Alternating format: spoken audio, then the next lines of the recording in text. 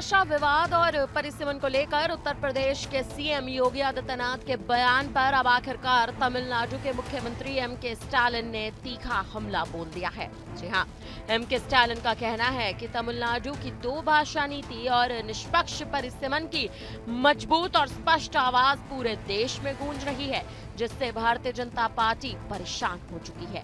उन्होंने बीजेपी नेताओं के इंटरव्यू का हवाला देते हुए इसे हास्यास्पद करार दिया।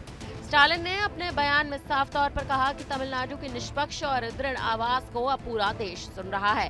बीजेपी के नेता बेचैन हो गए हैं, बस उनके इंटरव्यू देख लीजिए। और अब माननीय योगी आदित्यनाथ हमें नफरत और भाषण देना चाहते हैं, हमें बख्श दे।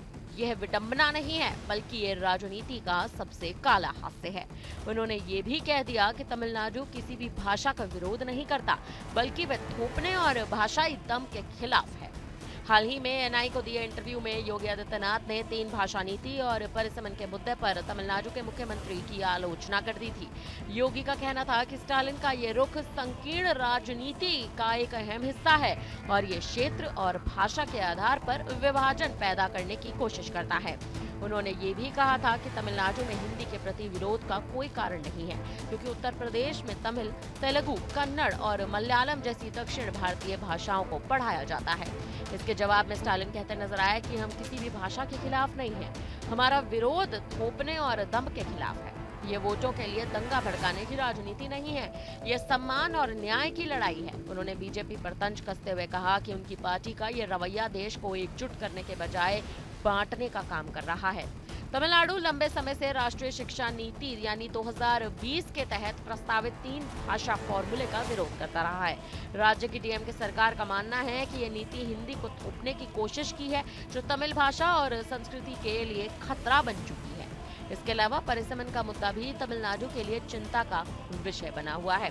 स्टालिन ने बीजेपी पर हमला बोलते हुए कहा कि उनकी पार्टी का असली चेहरा अब सामने आ रहा है। उनका कहना है कि बीजेपी के नेता हमें देशभक्त और एकता का पाठ पढ़ाना चाहते हैं, लेकिन उनकी नीतियां उसी एकता को तोड़ने का काम कर रही हैं। ये तमिलनाडु के लोगों के साथ अन्याय हो रहा है। उन्होंने ये भी कहा कि तमिलनाडु इस भाषाई उपनिवेशवाद को कभी भी स्वीकार नहीं करेगा। स्टालिन ने इस बात का दावा किया कि तमिलनाडु की इस लड़ाई को देश भर से समर्थन मिल रहा है। उन्होंने पंजाब, तेलंगाना, कर्नाटक जैसे तमाम राज्यों का जिक्र करते हुए कहा कि ये राज्य भी उनकी दो भाषा नीति और निष्पक्ष परिसीमन की मांग के साथ ही खड़े हुए हैं। लेकिन योगी आदित्यनाथ लगातार तमाम भाषाओं के विवाद को बढ़ा रहे हैं। फिलहाल अब स्टालिन के इस बयान पर, उनके इस आरोप पर आप क्या कहेंगे? आप हमें अपनी राय कमेंट करके जरूर दें।